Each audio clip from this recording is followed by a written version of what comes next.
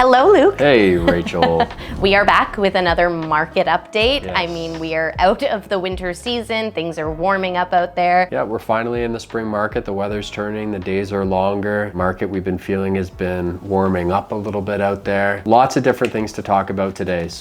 But first of all, how are you? Like, what's going on in your world? I'm good. Yeah, I mean, it was great to round out the winter season with a couple last minute visits to Blue Mountain, get some last minute skiing in. I was able to get to Vancouver to visit my sister for an extended weekend, which was much needed and awesome to see her. Really trying to prioritize seeing friends and family when I can. And I also have my own personal goal of reading 25 books for 2025. I find we spend so much time on our devices just with work, and I'm feeling the effects of that, and I don't like it. So definitely trying to prioritize reading, which is great. That's admirable. That's great. What about you? March has been just very busy on the work front. I did the Around the Bay as well, half the Around the Bay, so that was fun. Get-togethers with friends and family.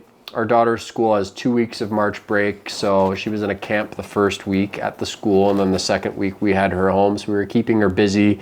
We had some kids' birthday parties to go to, and of course, it's been tax season. Oh God, yeah. So it's just this time of year is like, you're trying to get through the winter weather. You've got taxes on top of everything else. Oh my gosh, I know. Yeah, so I'm very happy that spring is here now. Yeah, and you know, work-wise, March has been busy for both of us, which is great. I have definitely, been in the trenches with, preparation mode, both with buyers and sellers. Yeah. I've got a couple of upcoming listings in April, and they're going to be really excellent offerings, so really excited about that. Working with a number of buyers, kind of again waiting for the right opportunity and their right properties to hit, but they are prepared and ready to move when it's time.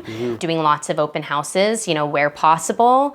And of course, again, as we have mentioned in previous videos, many conversations with buyers and sellers alike about timing the market, with things that are happening geopolitically, both internationally and nationally, now with our upcoming federal election. Right. And then of course, looking into April, we've got Easter that we have to consider, and when do we hit the market, and having many conversations like that. What about you? March was a really busy month on the work front. I had several buyers that had either sold their properties and needed to buy, or relocation to the area, and we were able to place a number of buyers in different great homes, so that felt really good. Yes. And we also had a number of our listings sell in March, so the momentum was definitely there. It felt busier and a bit of a warming of the overall market. That's great. I mean, aside from having success with, listings and getting your buyers, into their next property, what are you seeing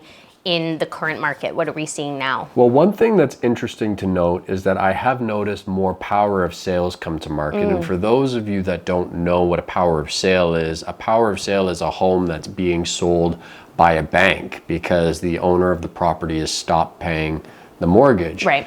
And when I started in my career 15 years ago, there were more power of sales that you would see it at that time. And then it felt like for about 10 to 13 years, there was a complete lull with power of sales. Now we're starting to see more of that happen. It hasn't so far been at alarming levels, but we're seeing more of them in our market. So that's interesting. We've been getting called in, both of us. We've been getting called in by a number of our clients to do market evaluations. Right.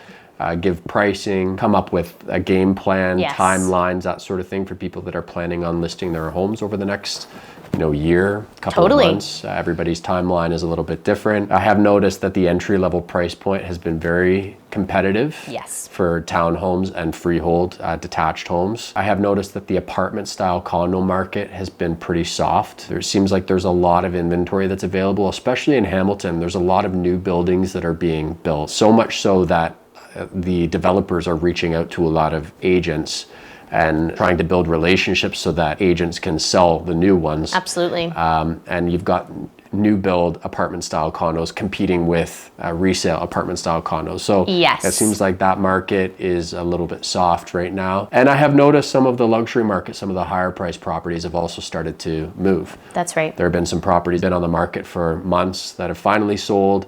and some other high-priced homes that I saw sell. And I was quite surprised that they were able to get the numbers that they were able to get. They sold for more than I thought they would. So, this all goes back to various indicators that the market seems to be warming a little bit. Yeah, and another great indicator of that too, with a lot of the open houses that I have been hosting over the past couple of weeks, we have had great turnout at all of them. Like the guest registry, like those sign-in sheets are full. We're in the double digits in terms of the amount of people coming through, which is great, and another indicator that things are warming up out there, which is great. But at the same time, a lot of those people, they're really just exploring their options and waiting for their right opportunity to come up. And I do believe that, with, again, the things we can't control out there with regards to, the political chatter, our upcoming federal election at the end of this month, I think buyers still do feel like there is some uncertainty out there. And I should say buyers and sellers alike, too. There is some uncertainty. So I'm really hoping that once we get through this federal election as well, that it leads to a very busy May and June as well. So with us entering the spring market now, what are some of the things that we would normally see? If we weren't looking at the federal election, we weren't looking at tariffs with the states and that sort of thing, what would we normally see in a normal spring market? Yeah, I mean, in a regular spring market, we are definitely seeing typically a surge in new listings. So lots of new inventory coming out there when people are coming out of hibernation. Snow is no longer on the ground. Definitely more buyer activity. Lots of people coming out to look at these properties and more serious about their search. A lot of families that are looking in the spring market, that happens a lot if they want to be in a home prior to summer. Also, finally, we are seeing increased competition as well. When we have more inventory, when we have more buyers looking, there is prone to be some competition out there. Right. And of course, in spring as well, you also have homes that have been maybe sitting for a while, maybe throughout the winter. Those are finally being snapped up and sold. But this spring in particular, we're dealing with some unusual circumstances with, we're weeks away from our federal election here in Canada. We've got the ongoing saga with the states, with tariffs. I think it would be important for us to highlight some of the key things that the political parties are talking about in the election, as housing has been such a hot button issue, and all of the political parties seem to be addressing housing. And while I will acknowledge, of course, that we've got an NDP party, a Bloc Québécois, a Green Party, and I'm not sure, I may have missed some other party out there, and I apologize if I have. It really seems like this election is going to come down to either the Liberals or the Conservatives as the winning party.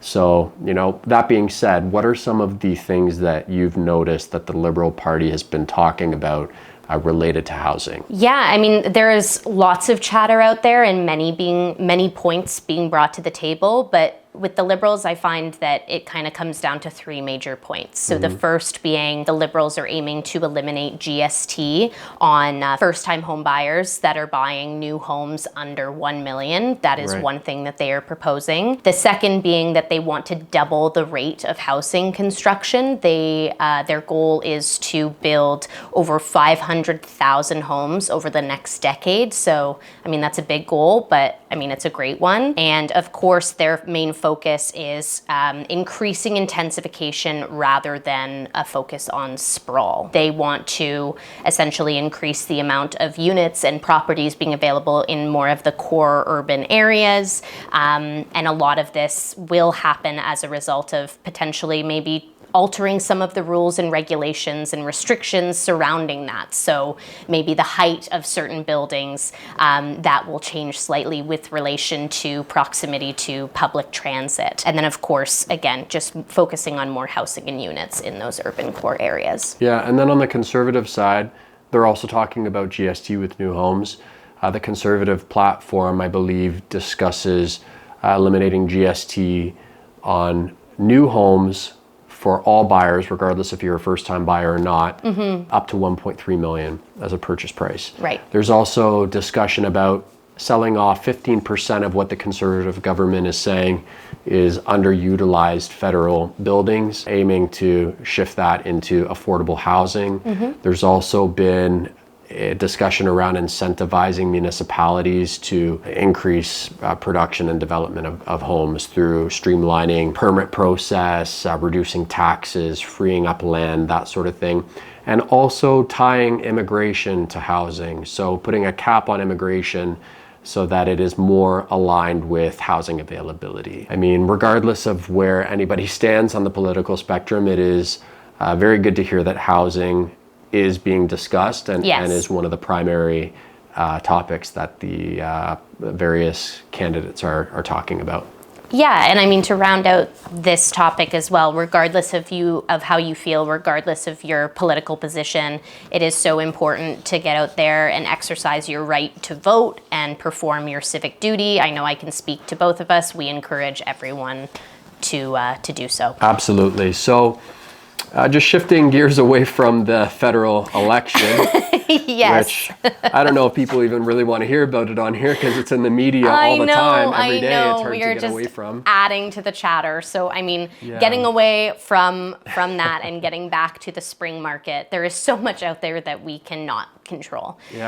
So it's important to kind of come back to the things that we can. So if you are thinking of listing this spring, it is very important to start with a proper market evaluation so that you understand true market value for your home. It's important to prepare the home and, you know, make sure the condition of the home is great and it's shining in the best possible light. So focusing on cleaning, decluttering, exploring the opportunity to potentially stage as well. And then finally, it's important to work with someone who understands how to position and market your home to ensure that it's in front of the most amount of pre-qualified buyers out there as well. We always say if you get the pricing, marketing, and presentation well, the home will move regardless of what's in the headlines. Absolutely. You know, you've touched on the selling side here. On the buyer side, I find it's really important as you're entering the spring market. If you're a buyer out there looking, get your pre-approval in place. You want to make sure that you know exactly what you can afford.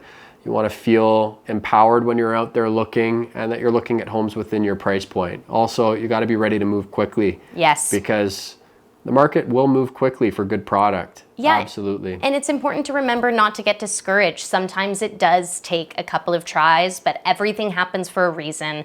The right property will come up, and being ready truly is half the battle. And also, I think working with a strong agent that knows how to navigate multiple offers and is familiar with the local market is really invaluable. It can really put you in the best position possible. Totally. And again, pricing it right, marketing it well, and preparing the home properly. That will set you apart from the rest as well. Yep, market is definitely always moving out is. there. It really just depends on the season, the type of home, and the area that you're looking at.